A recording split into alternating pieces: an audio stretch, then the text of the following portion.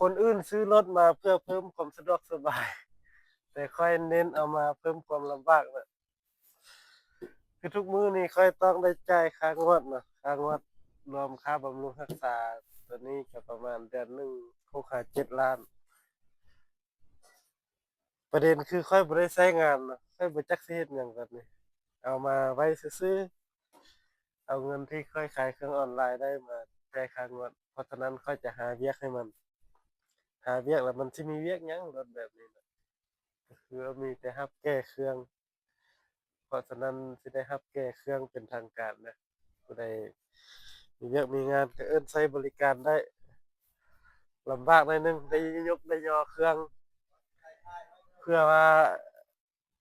บริการลูกค้าก็แน่นอนน่ะผู้ใดที่เขามีคนยกแล้วเขาก็บ่ได้ยกนะผู้ใดบ่มีคนยกเขาก็จะได้ซับคนไปยกไปย่อช่วย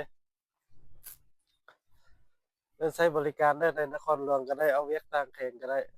ยินดีรับใช้บริการ